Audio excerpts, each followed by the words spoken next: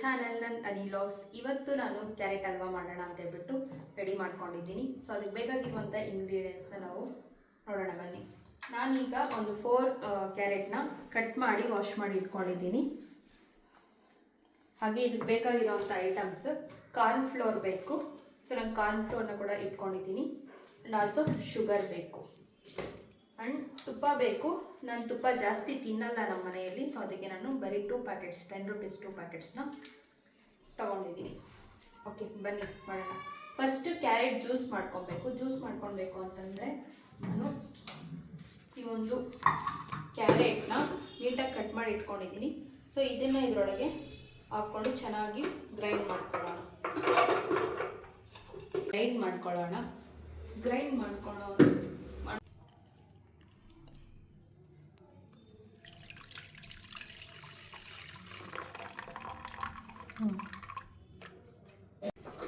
Carrot juice ಬಂದಿದೆ, extract ಮಾಡ್ಕೊತಾ ಇದ್ದೀನಿ. ನಾನು ಕ್ಯಾರೆಟ್ನೆಲ್ಲ ಗ್ರೈಂಡ್ ಮಾಡಿಕೊಂಡು ಜ್ಯೂಸ್ನ ಎಕ್ಸ್ಟ್ರಾಕ್ಟ್ ಮಾಡ್ಕೊಂಡಿದ್ದೀನಿ. ನೋಡಿ ಈ ಥರ ಯಾವುದೋ ಒಂದು ತೋರಿಸಿದೆ. ಕಂಪ್ಲೀಟ್ ಈ ಥರ ಸ್ವಲ್ಪನೂ ಇಲ್ದಿರ ಬರೀ ನೀರು ಥರ ಇರಬೇಕು ಜ್ಯೂಸ್.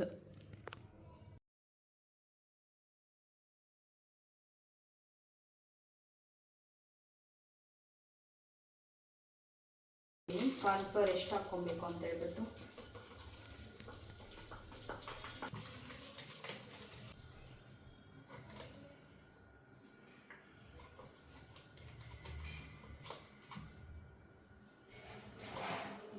ನಾನು ಒಂದು 4 ಕ್ಯಾರೆಟ್ನ ತಗೊಂಡಿದ್ದೆ. 4 ಕ್ಯಾರೆಟ್ ಎಕ್ಸ್ಟ್ರಾಕ್ಟ್ ಮಾಡ್ಕೊಂಡಿದ್ದೆ. ಜ್ಯೂಸ್ ಇಷ್ಟಾಗಿದೆ. ಸೊ ಇದಕ್ಕೆ ನಾನು ಕಾರ್ನ್ಫ್ಲೋರ್ನ ಇಷ್ಟು ಯೂಸ್ ಮಾಡ್ತಾಯಿದ್ದೀನಿ, ಅಂದರೆ 2 ಟೇಬಲ್ ಸ್ಪೂನ್ ಅಷ್ಟು ಕಾರ್ನ್ಫ್ಲೋರ್ನ ಯೂಸ್ ಮಾಡ್ತಾಯಿದ್ದೀನಿ. ಇದು ಕಂಪ್ಲೀಟ್ ಒಂದು ಗಟ್ಟಿ ಇಲ್ದಿರ ಚೆನ್ನಾಗಿ ಮಿಕ್ಸ್ ಆಗೋ ಥರ ಮಿಕ್ಸ್ ಮಾಡ್ಕೊಳ್ಬೇಕು. ಎಲ್ಲನೂ ಮಿಕ್ಸ್ ಮಾಡ್ಕೊಳ್ತೀನಿ. ಉಂಡೆ ಆ ಥರ ಇಲ್ದಿರ ಕಂಪ್ಲೀಟ್ ಇದಕ್ಕೆ ಮಿಕ್ಸ್ ಮಾಡ್ಕೊಳ್ಬೇಕು.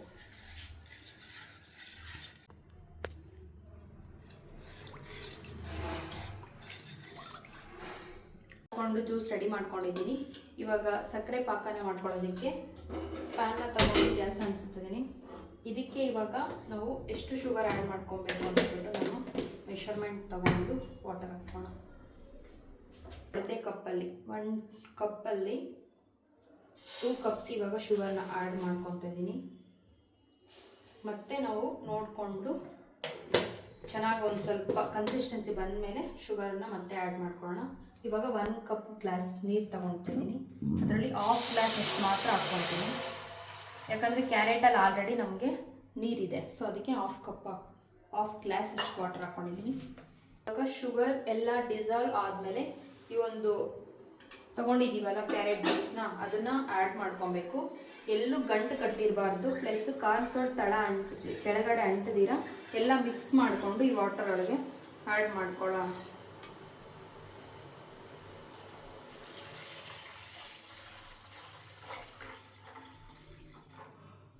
ಕಂಪ್ಲೀಟ್ ಆ್ಯಡ್ ಮಾಡ್ಕೊಂಡ್ಮೇಲೆ ಮಿಕ್ಸ್ ಮಾಡ್ತಾನೆ ಇರಬೇಕು. ಇಲ್ಲ ಅಂತಂದರೆ ಅದು ಕೆಳಗಡೆ ತಳ ಅಂದ್ಬಿಡುತ್ತೆ, ಕೆಟ್ಟೋಗುತ್ತೆ, ಗಂಟು ಕಟ್ಟಿಬಿಡುತ್ತೆ.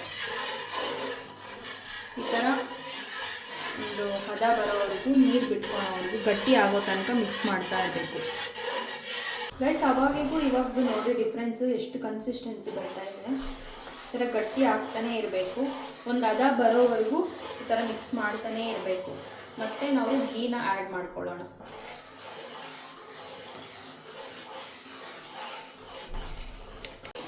ಕಂಪ್ಲೀಟ್ ಈ ಥರ ಮಿಕ್ಸ್ ಮಾಡ್ಕೊತಾನೇ ಇರಬೇಕು. ಈ ಥರ ಮಿಕ್ಸ್ ಮಾಡಿಕೊಂಡ್ರೆ ಒಂದು ಚೆನ್ನಾಗಿ ಗಟ್ಟಿಯಾಗಿ ಆಗುತ್ತೆ. ಆವಾಗ ನಾವು ಸ್ವಲ್ಪ ಈ ಥರ ಕನ್ಸಿಸ್ಟೆನ್ಸಿ ಬಂದಾಗ ನಾವು ಗೀನ ಆ್ಯಡ್ ಮಾಡ್ಕೊಳ್ಳೋಣ.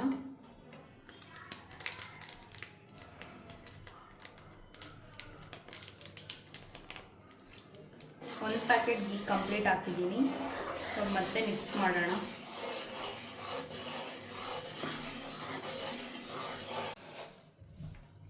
ಗೈಸ್ ಇವಾಗ 1 ಕಪ್ ಶುಗರ್ ಆ್ಯಡ್ ಮಾಡ್ಕೊತಾ ಇದ್ದೀನಿ. ಮಿಕ್ಸ್ ಮಾಡ್ತಾ ಗೈಸ್ ಫುಲ್ ಗಟ್ಟಿ ಬರೋ ತನಕ ಥರ ಮಿಕ್ಸ್ ಮಾಡ್ತಾನೆ ಇರಬೇಕು. ಆ್ಯಂಡ್ ಈ ಥರ ಗೀನ ಆ್ಯಡ್ ಮಾಡ್ಕೊತಾನೆ ಇರಬೇಕು. ಇನ್ನೊಂದು ಪ್ಯಾಕೆಟ್ನ ಗೀ ಆ್ಯಡ್ ಮಾಡ್ಕೊತಾ ಇದ್ದೀನಿ. ಸೊ ನಾನು ಇವಾಗ ಗೀ ಬದಲು ಲಾಸ್ಟಲ್ಲಿ ಆಯಿಲ್ನ ಕೂಡ ಆ್ಯಡ್ ಮಾಡ್ಕೊತೀನಿ, ಯಾಕಂದರೆ ನಮ್ಮ ಮನೇಲಿ ಗೀ ತಿನ್ನಲ್ಲ ಅದರಿಂದ.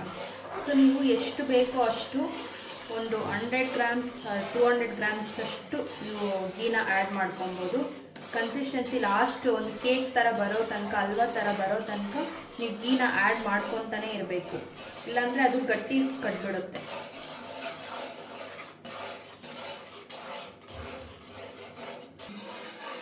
ಗೈಸ್, ನೆಕ್ಸ್ಟ್ ಯಾವ ಥರ ವೀಡಿಯೋಸ್ ಬೇಕು ಆ್ಯಂಡ್ ಯಾವ ರೆಸಿಪಿ ಬೇಕು ಅಂತ ಹೇಳ್ಬಿಟ್ಟು ಕಮೆಂಟ್ ಮಾಡಿ.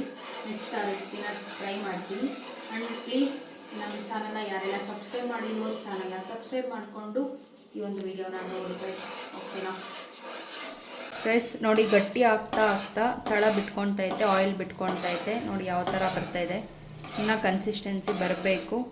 ಸೊ ನೀವು ಮೀಡಿಯಮ್ ಫ್ಲೇಮಲ್ಲೇ ಇಟ್ಕೊಂಡು ಮಿಕ್ಸ್ ಮಾಡ್ತಾನೇ ಇರಬೇಕು, ಇಲ್ಲ ಅಂತಂದರೆ ಅದು ಗಟ್ಟಿ ಆಗಿಬಿಡುತ್ತೆ, ಪ್ಲಸ್ ಚೆನ್ನಾಗಿ ಬರಲ್ಲ, ಕೇಕ್ ಟೈಪ್ ಬರಲ್ಲ. ಕನ್ಸಿಸ್ಟೆನ್ಸಿ ಬಂದಾಗ ನಾನು ಡ್ರೈ ಫ್ರೂಟ್ಸ್ನ ಆ್ಯಡ್ ಮಾಡ್ಕೊತಾ ಇದ್ದೀನಿ, ಅಂತಂದರೆ ಪಂಪ್ಕಿನ್ ಸೀಡ್ಸು ಮತ್ತು ಬಾದಾಮಿನ ಆ್ಯಡ್ ಮಾಡ್ಕೊತಾ ಇದ್ದೀನಿ. ನೀವು ವಾಟರ್ ಮಿಲನ್ ಸೀಡ್ಸ್ ಇದ್ದರೆ ಅದನ್ನು ಆ್ಯಡ್ ಮಾಡ್ಕೋಬೋದು, ಚೆನ್ನಾಗಿರುತ್ತೆ.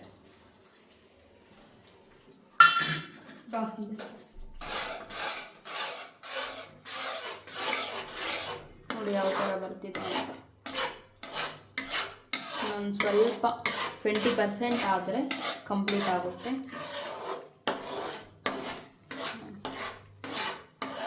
ಕಂಪ್ಲೀಟ್ ಒಂದು ಪ್ಯಾನಿಂದ ಆಚೆಗೆ ಬರಬೇಕು ಗೈಸ್. ಒಂದು 95% ಆಗಿದೆ, ಇನ್ನೊಂದು 5% ಕಂಪ್ಲೀಟ್. ಈ ಥರ ನೋಡಿ ಬಾಣಲಿ ಬಿಟ್ಕೊಬೇಕಿದು, ಈ ಥರ ಗಟ್ಟಿ ಆಗಬೇಕು. ಈ ಥರ ಕನ್ಸಿಸ್ಟೆನ್ಸಿ ಬಂದಾಗ ಇದು ಒಂದು ಪ್ಲೇಟಲ್ಲಿಗೆ ಹಾಕ್ಕೊಂಡು ಸ್ವಲ್ಪ ಆರಿದ ಮೇಲೆ ಕಟ್ ಮಾಡ್ಕೊಬೇಕು.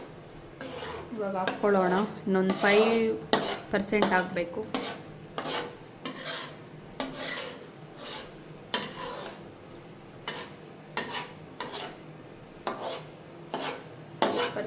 ಆದರೆ ಕಂಪ್ಲೀಟ್ ಆಗುತ್ತೆ. ಗ್ಯಾಸ್ ಆಫ್ ಮಾಡಿಕೊಂಡು ಇವಾಗ ಒಂದು ಪ್ಲೇಟಲ್ಲಿಗೆ ಸರ್ವ್ ಮಾಡ್ಕೊತೀನಿ. ನೋಡಿ ಈ ಥರ ಬಂದಿದೆ ಕನ್ಸಿಸ್ಟೆನ್ಸಿ. ಇದನ್ನು ಒಂದು ಪ್ಲೇಟಲ್ಲಿಗೆ ಬಿಸಿ ಬಿಸಿ ಇಟ್ಟಲ್ಲಿಗೆ ಕೆಳಗಡೆ ನೀವು ಬಟರ್ ಪೇಪರ್ ಇದ್ದರೆ ಬಟರ್ ಪೇಪರ್ ಹಾಕ್ಕೊಳ್ಳಿ, ಇಲ್ಲ ಬಟರ್ ಪೇಪರ್ ಇಲ್ಲ ಅಂತಂದರೆ ನಾನು ಆಯಿಲ್ನ ಅಪ್ಲೈ ಮಾಡಿಕೊಂಡು ಒಂದು ಪ್ಲೇಟಲ್ಲಿಗೆ ಹಾಕ್ಕೊತಾ ಇದ್ದೀನಿ.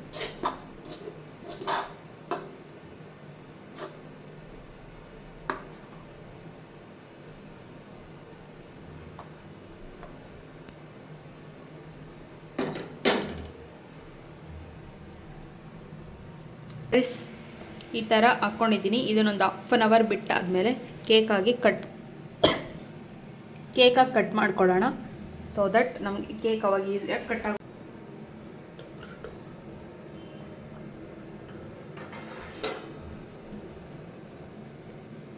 10 ಮಿನಿಟ್ಸ್ನ ನಾನು ಹಾಗೆ ಬಿಟ್ಟಿದ್ದೆ, ತಣ್ಣಗಾಗಿದೆ. ಇವಾಗ ಈ ಪ್ಲೇಟಲ್ಲಿ ಸರ್ವ್ ಮಾಡ್ಕೊಳ್ಳೋಣ. ಈ ಥರ ಮಾಡ್ಕೊಳ್ಳೋಣ.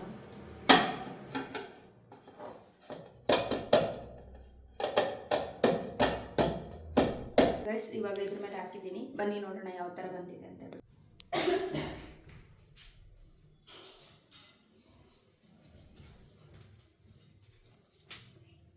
ಇದನ್ನು ನಾವು ಇವಾಗ ನಮ್ಗೆ ಯಾವ ಶೇಪ್ ಬೇಕೋ ಆ ಥರ ನಾವು ಕಟ್ ಮಾಡ್ಕೊಳ್ಳೋಣ. ನೋಡಿ ಎಷ್ಟು ಚೆನ್ನಾಗಿ ಬಂದಿದೆ ಅಂತ.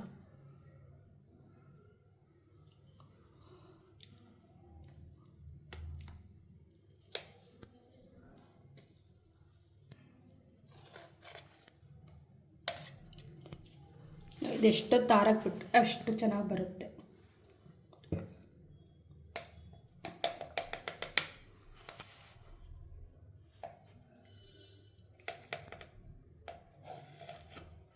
ಈ ಥರ ಆದರೂ ಮಾಡ್ಬೋದು. ಈ ಥರ ನಿಮಗೆ ಸ್ಕ್ವಯರ್ ಬೇಕಂದರೆ ಸ್ಕ್ವಯರ್ ಆಗಿ ಮಾಡ್ಕೊಬೋದು.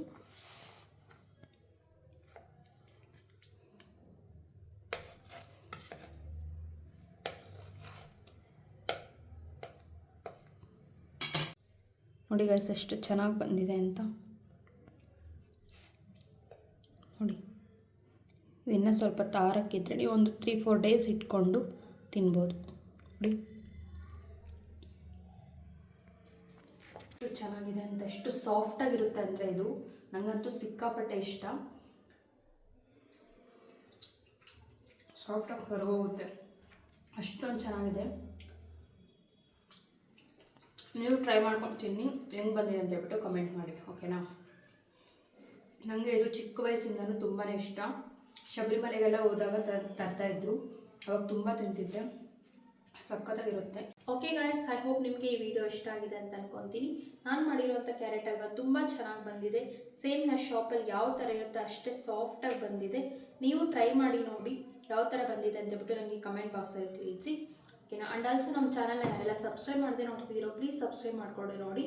ಹಾಗೆ ನೆಕ್ಸ್ಟ್ ಯಾವ ಥರ ರೆಸಿಪಿ ವೀಡಿಯೋಸ್ ಬೇಕು, ಯಾವ ಥರ ಚಾಲೆಂಜಿಂಗ್ ವೀಡಿಯೋಸ್ ಬೇಕು ಅಂತ ಹೇಳ್ಬಿಟ್ಟು ನನಗೆ ತಿಳಿಸಿ, ಸೊ ದಟ್ ನಾನು ಅದನ್ನು ಟ್ರೈ ಮಾಡ್ತೀನಿ. ಆ್ಯಂಡ್ ನೆಕ್ಸ್ಟ್ ವೀಡಿಯೋದಲ್ಲಿ ಸಿಗ್ತೀನಿ. Until and then keep watching my videos. Okay guys, bye bye.